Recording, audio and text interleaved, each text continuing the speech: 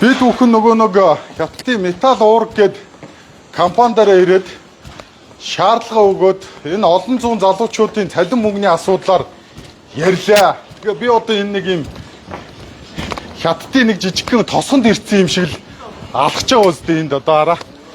Тэгээ сая орж тэр удирдлагууд руу ярьж гэн урд тэр захирлууд нь урд байгаа юм байна. Тэгээд юу яаж гин?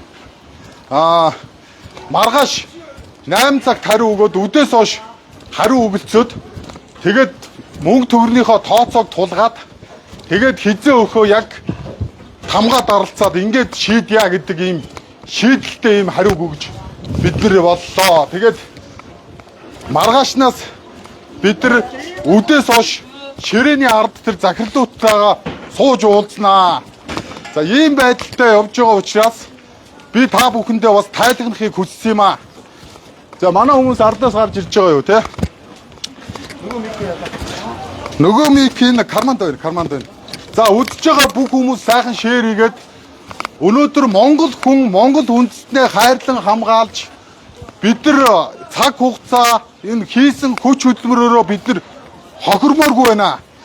Яагаад энэ Монгол хүний үнц нь Монгол нутаг дээр яагаад ийм үнц энэгүй болчихвоо? Энд ажиллаж байгаа бүх хүмүүсийг хятад хүмүүсийг би ажилтгүй үгүй энэ муухай сайхан гэж хэлэхгүй.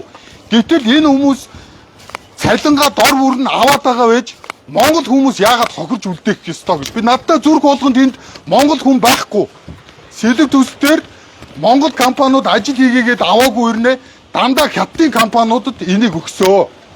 Тэгэхээр энэ мөнгө төгрөгийн асуудлыг даруй маргааш хилцээрийн ширээн сууж энэ Монгол ахын дүүсийнхэн маань мөнгийг өгөхгүй бол тууштай тэмцлийн хурц хэлбэл шигдэж эдгэрийн ачлыг зогсоох болно гэдгийг бол шууд хэлж байна. Энэ бол тоглоом биш. Эр хүн бол хэлүүл үг, гიშгүүл газар. Бид нар Чингисийн үр удам, бид нар дэлхийд байлдан дагуулж ирсэн үр удмыг залуучууд үлдсэн шүү. За одоо энэ ард за энийг юу харуулж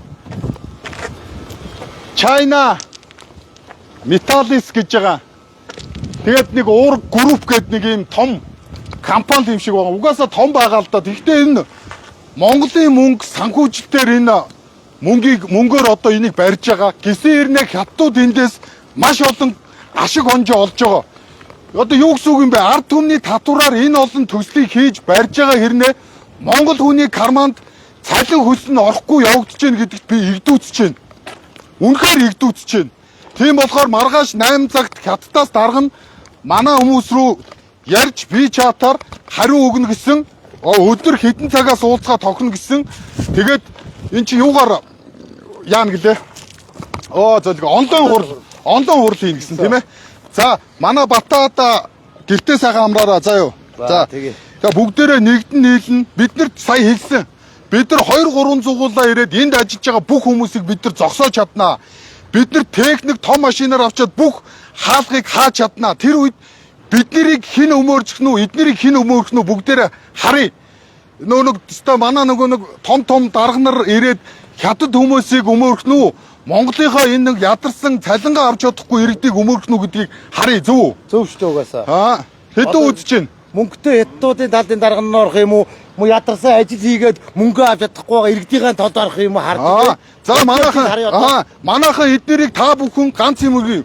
Хурдан мөнгө өг гэж шаардаад комент бичээд өгөөрөө мөнгө өг лоурчтай гэж бичээд өгөөрөө шеэр хийгээрээ төмөнд дэлгэрүүлж өгөөрөө гэдгийг би хэлхийг хүсэж байна. Тэгээд манай аз болж та бүхэн маань шеэр хийгээд манай ерөнхий сайд хотын дарга Түрэг давг энтер дээр ирээд шеэрлээд өгөөрөө. Магадгүй тэр хүмүүс Монгол хүн юм чинь бидний төлөө энэ сэлэг төсөлтөр хотын дарга маань маргааш биднэртэй ажлын өдөр цуг ирүүл бүр гоё байна. Бүгдэнд нь хүртэл бүгдээрээ Монгол хүнээс нэгдээд энд ирж чадахгүй ч гэсэн бүгдээрээ төмөнд төгтөл шеэр хийгээрэй гэдгийг уриалж байна.